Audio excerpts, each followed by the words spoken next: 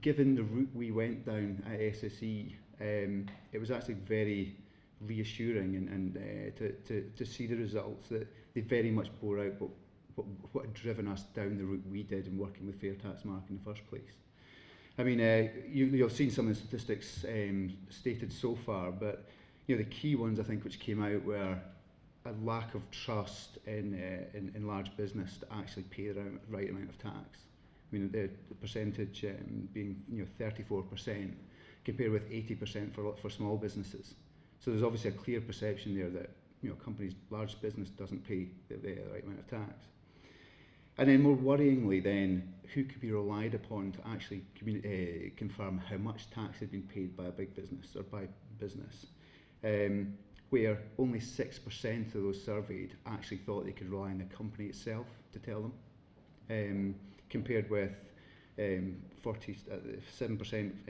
from HMRC, or let's say very positively 43% for an independent body like Fair Tax Mark. And I say that very much ties in with our decision around why we were so keen to work with Fair Tax Mark initially. We'd gone down the route of increased disclosure around the tax affairs, etc. But we felt that if the public don't trust us to communicate, in terms of what we're telling them, then you can only go so far with that. And I see part of the reason why we opened our books to Fair Tax Mark, and I see which I think is now is borne out by what we found through speaking surveying the public. And there's some interesting statistics as well around the impact on Starbucks, for instance, of the negative tax coverage which it received in the press, and also I suppose the flip side of that being the positive impact on Costa Coffee in terms of increase in customer numbers. And it did sort of made me sort of wonder, if you have something like a 10% increase in customer numbers at Costa Coffee because of some negative tax coverage at Starbucks, but what would be the impact had Costa had achieved Fair Tax Mark accreditation, for instance? How would that have changed? So the public are obviously very perceptive of what they think companies are doing and what's right and what's wrong. And what was also quite interesting from the analysis was around what the public consider to be acceptable tax planning and what they don't. And I think it's a debate we have a lot within the organisation, is around what we think is appropriate to do and what we don't.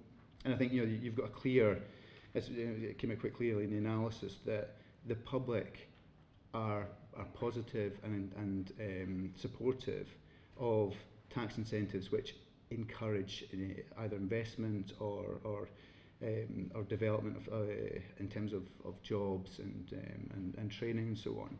But obviously much less supportive and much more negative, as you expect, of what's quite clearly action taken purely to reduce your tax bill.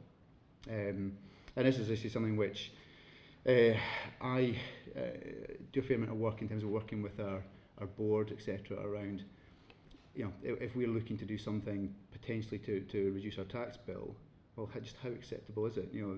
I mean, for me as a tax person, I could quite easily question it in terms of, well, does it work legally or not? But that's only a very small part of the decision-making process.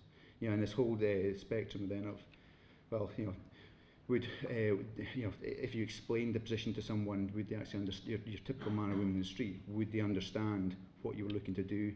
Did they think it made sense? And did they think it was appropriate you got a tax deduction for it? It's a massive factor in terms of whether we would decide to do something or not. And it's certainly something which I would certainly like to see sort of more of. I mean, I think in terms of how this debate moves forward, I think transparency in terms of explaining how your tax affairs, so how your tax payments are, what they are, is an extremely important thing. I see borne out by the research as well that there are quite clearly items which, if they reduce your tax bill, your customers and the public will think is perfectly acceptable.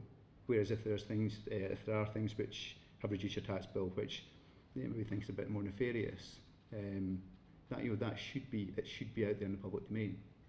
So I think transparency, and I say then not having some sort of external accreditation, which the public think they can rely on, which something like Fair Tax Mark, then becomes so much more important. So I say that was the summary from our session. But I say, thankfully, very much confirmed that the path we have taken so far, looks to be the right one.